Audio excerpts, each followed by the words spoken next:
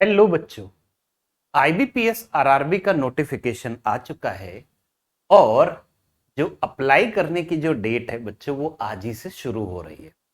तो in sense आप ये समझिए कि अगर हम बात करें सबसे पहले वैकेंसीज की, तो क्लर्क में लगभग 5,500 के आसपास वैकेंसीज है और पीओ में लगभग 3,500 के आसपास वैकेंसीज है। दोनों मिलके 9,000 के आसपास वैकेंसीज है। फिर इसके ऊपर के स्केल 2 और 3 में भी लगभग 1,000 के आसपास वैकेंसीज हैं। तो टोटल 10,000 के आसपास हैं वैकेंसीज। अब आप में से ज्यादातर लोगों का मतलब इन दोनों से है, तो इन सेंस आप देख सकते हो ठीक ठाक अपॉर्चुनिटी है। अगर आपको रीजनल रूरल बैंक में पीओ बनना है या फिर क्लर्क बनना है, एक बढ़िया मौका है। अप्लाई करने के बारे में बात करें, आज है 7 जून, तो 7 जून से ही एप्लीकेशन स्टार्ट हो जाएगा और 27 जून मतलब 21 दिन की विंडो है जिसमें आप अप्लाई कर सकते हो। पूरा फॉर्म बनना है, ऑनलाइन फी भी पे करनी है इसी टाइम पे। डन। अब अगर हम एग्जाम के बारे में बात करें, जैसा कि आपको पता है कि हमारे जो बैंकिंग वाले एग्जाम्स होते हैं वो 2 स्टेज में होते हैं, प्री और मेंस। प्री एग्जाम जो होगा, वैसे ऑफिशियल वेबसाइट पे या ऑफिशियल नोटिफिकेशन पे कोई डेट नहीं लिखी है, बट स्टिल अगस्त में होगा। प्री एग्जाम जो होगा ये लिखा हुआ है कि अगस्त में होगा। और अगस्त के बारे में मतलब आपको ये पता है कि एग्जाम जो होता है वो सैटरडे एंड संडे को होता है। बैंकिंग के लगभग सारे एग्जाम सैटरडे और संडे होते हैं। तो अगस्त में जो जो तारीख पड़ रही है, जैसे 3 तारीख है, 4 तारीख है, 10 तारीख है, 11 तारीख है, राइट ना, ऐसे इस तरह से आपको इसमें कभी एग्जाम होगा इन डेट्स में। और मेंस एग्जाम जो होगा, मेंस एग्जाम आप ये समझिएगा या तो सितंबर के एंड में, सितंबर के एंड का मतलब है 25 सितंबर के बाद, या फिर अक्टूबर में होगा। तो मेंस एग्जाम आप ये समझ के चलना कि 15 अक्टूबर से पहले पहले निपट जाएगा। ये 2 स्टेज में एग्जाम होना है।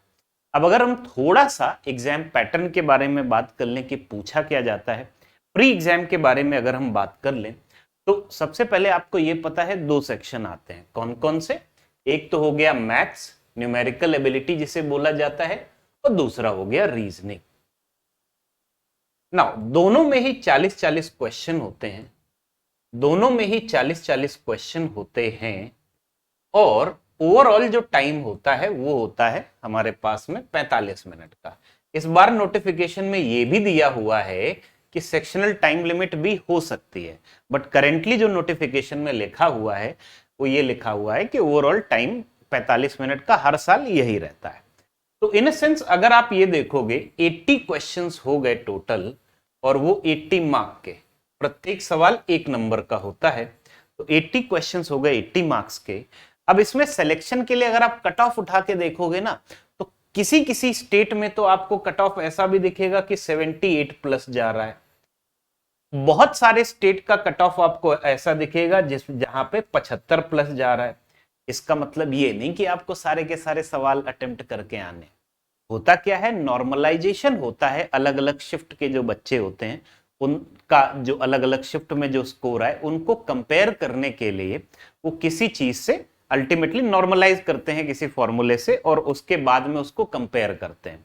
तो रॉ स्कोर या एक्चुअल स्कोर इतने नहीं होते हैं। आप ये समझिएगा, एक चीज ये समझना कि जो गुड अटेम्प्ट्स के बारे में मैं बात करूं, तो आप ये समझिए कि 65 प्लस तो आपको हर हालत में करके आना ही है। 70 प्लस अगर कर दोगे और अच्छी चीज है। 80 में से 80 के चक्कर में मत पड़ना। उसी चक्कर में, उसी में होगा क्या कि जैसे कोई डिफिकल्ट सवाल आ गया, आप उसी में फंसे रहोगे। क्यों? आप तो ये मान के चले हो कि भाई 75 के ऊपर जा रहा है कट ऑफ, कैसे क्लियर होगा, मैं तो सारे सवाल सॉल्व करने पड़ेंगे, है ना। तो ये मत सोचना, क्योंकि वो नॉर्मलाइज स्कोर के बाद होता है। हो सकता है अगर आपके 70 सवाल सही है या 65 सवाल सही है, आपका स्कोर 70 के ऊपर पहुंच जाएगा, 75 के आसपास। ठीक है, तो आप कट ऑफ मत देखना। आप ये समझिएगा कि 65 पार कर लो, पीओ में एटलीस्ट 65 पार कर लो, क्लर्क में 70 पार कर लो, that is more than sufficient. ठीक है। मेंस में क्या होता है, मैथ्स रीजनिंग के अलावा आपके कुछ सेक्शन और बढ़ जाते हैं। सबसे पहला हुआ कंप्यूटर, दूसरा हुआ आपका जीए, जनरल अवेयरनेस, बैंकिंग अवेयरनेस, ये सारी चीजें, और तीसरा हो गया आपका लैंग्वेज वाला, जिसमें आप हिंदी या इंग्लिश में कोई एक लैंग्वेज चूज कर सकते हैं। तो इन सेंस 5 सेक्शन आपके आ जाएंगे मेंस में। डन। उसके बाद जो पीओ वाले बच्चे हैं जिन्होंने मेंस क्वालिफाई किया उनका इंटरव्यू भी होगा। तो वंस अगेन बच्चों, जो अप्लाई करने की जो डेट है आज से ही शुरू, आज से ही आप अप्लाई कर सकते हो। आईबीपीएस की जो वेबसाइट है वहां पे, वेबसाइट है ibps.in, इस पे जाना है आपको, वहीं पे ऊपर ही दिख जाएगा कि आप यहाँ पे अप्लाई कर सकते हैं। ठीक है, तो चलिए बच्चों, 2 महीने का लगभग समय है, जुटे रहिए पढ़ाई में और हमेशा इस चीज का ध्यान रखना कि आपके जो भी क्लास नोट्स हैं उनको रिवाइज करते रहिए। क्लास नोट्स रिवाइज करते रहिए और आपकी जो रेगुलर क्लासेस हो रही हैं, जैसे सबसे पहले तो बैंकर्स ग्राउंड चैनल पे आपकी रेगुलर क्लासेस हो रही हैं, सभी सब्जेक्ट की हो रही हैं, मैथ्स की भी, रीजनिंग की भी, इंग्लिश की भी, और उसके अलावा करंट अफेयर भी हो रहा है, वो रेगुलर चल रहा है, राइट। उसके अलावा मैथ्स लॉजिक जो मेरा चैनल है उस पर भी आपकी मैथ्स की रेगुलर क्लासेस हो रही हैं। क्लासेस अटेंड करते रहिए, नोट्स रिवाइज करते रहिए और मॉक टेस्ट देने की शुरुआत कर दो। मॉक टेस्ट देना, अगर जो बच्चे एक बार पूरा सिलेबस पढ़ चुके हैं, आप ऐसे समझना आपको प्रत्येक हफ्ते 2 या 3 मॉक टेस्ट को देना है और उनकी प्रॉपर एनालिसिस करनी है। ये देखना है जो गलत हुए क्यों गलत हुए, या कोई ऐसे सवाल तो नहीं है जो आपने जबरदस्ती बहुत ज्यादा लंबे मेथड से सॉल्व कर सके। एक्चुअल में एग्जाम में जो सिनेरियो होगा, आपको जहां जहां दिक्कत होगी, हो सकता है आपको ऐसे सवाल मिले कि आप कर ही नहीं पा रहे हो, तो उसके लिए आपके कंसेप्ट बढ़िया होने चाहिए। या हो सकता है आप कर तो पा रहे हो, आप मॉक टेस्ट दे के आए, फिर तो देखा कि हाँ ये हो गया, ये हो गया, सब हो गए, लेकिन उस लिमिटेड टाइम में नहीं हो पाया। 45 मिनट है, राइट। तो 45 मिनट में आप जैसे 70 के ऊपर सवाल सॉल्व करोगे तो उसके लिए स्पीड बढ़िया चाहिए होती है। वो आपकी आदत कहाँ से पड़ेगी? मॉक टेस्ट से पड़ेगी। लिमिटेड टाइम में सवाल सॉल्व करने की जब आदत डालोगे, राइट।